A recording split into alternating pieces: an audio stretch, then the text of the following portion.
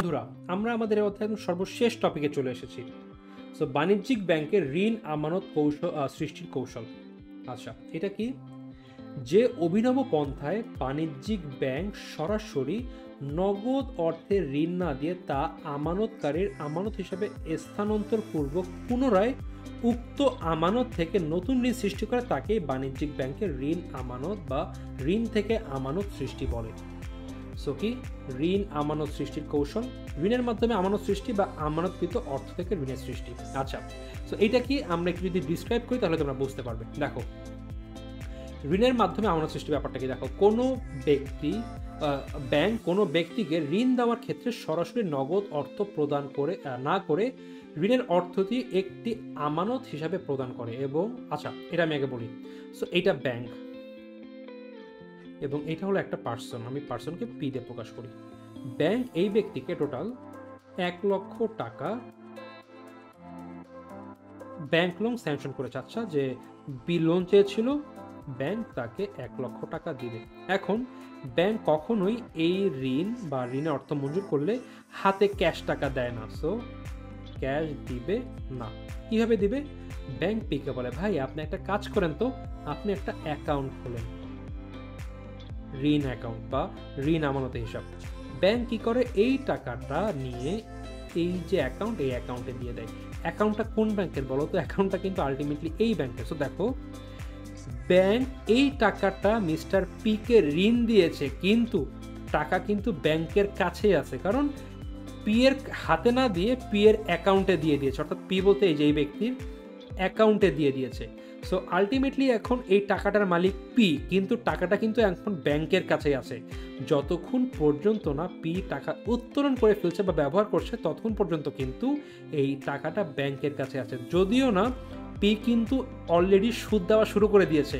যেই তারিখে ব্যাংক এই টাকাটি এই অ্যাকাউন্টে ট্রান্সফার করছে, সেদিন থেকে কিন্তু পি সুদ গণনা শুরু করছে। অর্থাৎ পিকে সুদ দেওয়া শুরু করতে হবে বা ইন্টারেস্ট দিতে হবে ঋণের উপরে। কিন্তু টাকা কিন্তু ভাই এখনো ব্যাংকের কাছেই আছে। চিন্তা করে দেখো, পি এই টাকার উপরে সুদ দিচ্ছে, কিন্তু টাকাটা এখনো ব্যাংকের কাছে আছে। কারণ কি, পি এর এই টাকাটা পি এর অ্যাকাউন্টে ব্যাংক, মানে পি এর যে অ্যাকাউন্টটা আছে সেই অ্যাকাউন্টে ব্যাংক টাকা পাঠাইছে, নট পি এর হাতে ক্যাশ টাকা দিছে।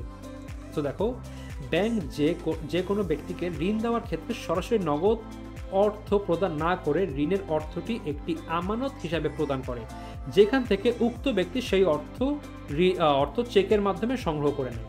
এভাবে ঋণের মাধ্যমে আমানত সৃষ্টি হয়। তো দেখছো, এই যে একটা ঋণের টাকা থেকে আমানত সৃষ্টি হলো, এটাকে বলা হচ্ছে ঋণের মাধ্যমে আমানত সৃষ্টি। নিম্নলিখিতভাবে বাণিজ্যিক ব্যাংক প্রদত্ত ঋণ প্রদানের মাধ্যমে আমানত সৃষ্টি করে, অর্থাৎ তলবি ঋণ বা স্বল্পমেয়াদী ঋণ মঞ্জুর বা অগ্রিম ঋণ, অর্থাৎ এই দুইটা ক্ষেত্রে এই সিস্টেমে করে। অর্থাৎ দেখো, ব্যাংক একটা মানুষকে ঋণ মঞ্জুর করার মাধ্যমে একটা আমানত সৃষ্টি করলো, ঘুরে ফিরে টাকা কিন্তু ব্যাংকের কাছে আছে। হয়তোবা পি এই টাকাটা অন্য একটা পক্ষকে দিবে, চেকের থ্রুতে দিল। চেক দিয়ে টাকা যদি উত্তোলন করতে 15 দিন সময় দেরি হয়, 15 দিন কিন্তু টাকাটা ভাই ব্যাংকের কাছে আছে, ব্যাংক বিভিন্ন জায়গায় খাটাই দিতে পারতেছে। তুমি বুঝতে পারতেছো ব্যাংকের চালাকিটা কোথায়? এটা হলো ঋণের মাধ্যমে আমানত সৃষ্টি। এবার আমরা দেখব আমানতকৃত অর্থ হতে ঋণের সৃষ্টি। জনগণের থেকে সংগৃহীত অর্থ ব্যাংকের প্রাথমিক আমানত হিসেবে গণ্য। হ্যাঁ, ব্যাংক তার আমানতের সমুদয় অর্থ সংরক্ষণ না করে বিধিবদ্ধ তারল্য সঞ্চিতি রেখে বাকি অর্থ ঋণ হিসেবে প্রদান করে, ফলে আমানতের মাধ্যমে ঋণ সৃষ্টি হয়। তো দেখো, ব্যাংক গ্রাহকের কাছ থেকে বিভিন্ন অ্যাকাউন্টের মাধ্যমে মনে টাকা পেলো, সব মিলে কত টাকা পেলো? সব মিলে 10 লক্ষ টাকা পেলো। এখন এই টাকা কি ব্যাংক সব ইউজ করতে পারবে না? ব্যাংক কি করবে? ব্যাংকে কিন্তু একটা কথা আছে, ওই যে CRR এবং SLR মিলিয়ে তার কত টাকা আমরা বর্তমানে দেখেছি, অ্যারাউন্ড 19.5% কিন্তু ব্যাংকের কাছে জমা রাখতে। ধরে নিই আমরা 20%, ধরে নিচ্ছি 20%। সো এইখানে 20% রেখে বাকি যে 80% থাকছে, অর্থাৎ 8 লক্ষ টাকা, এইটা কিন্তু ব্যাংক ঋণ দেয়। ঋণ কিভাবে দিবে বলো তো? আমি একটুকে কিভাবে দেখেছি। আচ্ছা, ঋণ দিল। সো আমানত থেকে, এটা কি দেখো, আমানতকৃত অর্থ থেকে ঋণ সৃষ্টি। অর্থাৎ এই টাকা কিন্তু ব্যাংক নিজের কাছে রেখে দিচ্ছে না, ব্যাংক বিভিন্ন জায়গাতে ঋণ দিচ্ছে। সো এই আমানতের মাধ্যমে টাকা আসলো, তার কিছু অংশ বিধিবদ্ধ সঞ্চিতি বা তারল্য হিসাবে রেখে বাকি টাকা ঋণ দিল। সো আমানত থেকে কিন্তু আলটিমেটলি ঋণের সৃষ্টি হচ্ছে। এটাই বলা হচ্ছে আমানতকৃত অর্থ থেকে ঋণের সৃষ্টি। আবার মজার ব্যাপার দেখো, এই টাকা কি করলো? ব্যাংক ঋণ দিল। কিভাবে দিল? একটু আগে দেখালাম না, এই যে ব্যাংক কাকে ঋণ মঞ্জুর করলো? P K.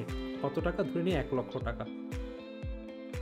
এই টাকা পির কাছে দিয়েছে না, ব্যাংক কোথায় দিয়েছে, ব্যাংক কিন্তু দিয়েছে পি এর অ্যাকাউন্টে। সো আলটিমেটলি দেখো এই টাকাটা কিন্তু ঘুরে ফিরে যখন পি এর অ্যাকাউন্টে আছে ওটা কিন্তু আবার ঘুরে ফিরে এই জায়গাটা চলে আসতেছে।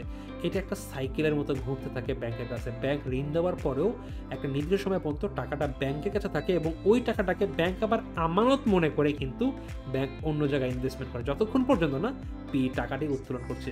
খুবই একটা মানে জটিল একটা সিস্টেম, বাট খুবই সিস্টেমেটিক এবং মানে খুবই মজার ব্যাপারটা। দেখো আমানতকারীদের অর্থ থেকে বাণিজ্যিক ব্যাংক ঋণ সৃষ্টি করে আমরা জানি এই কাজটি আবর্তিতভাবে চলতে থাকে। এই যে অ্যাকাউন্ট থেকে টাকা নিল একটা নির্দিষ্ট পরিমাণ টাকা, এইটা আবার কি করলো, আবার এই টাকাটা একটা পক্ষকে ঋণ দিল, ঋণের টাকা ক্যাশ দিছে না, একটা অ্যাকাউন্টে দিচ্ছে, অ্যাকাউন্টের টাকাটা ঘুরে ফিরে আবার এই যে দেখো অ্যাকাউন্টে চলে আসতেছে।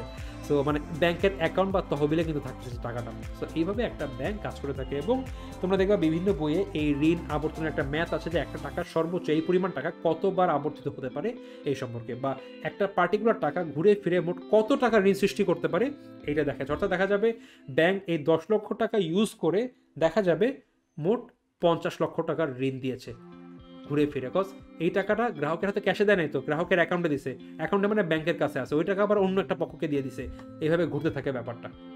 সো বন্ধুরা, আশা করি তোমরা বাণিজ্যিক ব্যাংকের ঋণ আমানত সৃষ্টির কৌশল সম্পর্কে জানতে পেরেছো। এই অধ্যায় আমাদের এখানে শেষ হচ্ছে, তোমাদের সাথে পরবর্তী অধ্যায়ে দেখা হবে। সবাইকে আসসালামু আলাইকুম।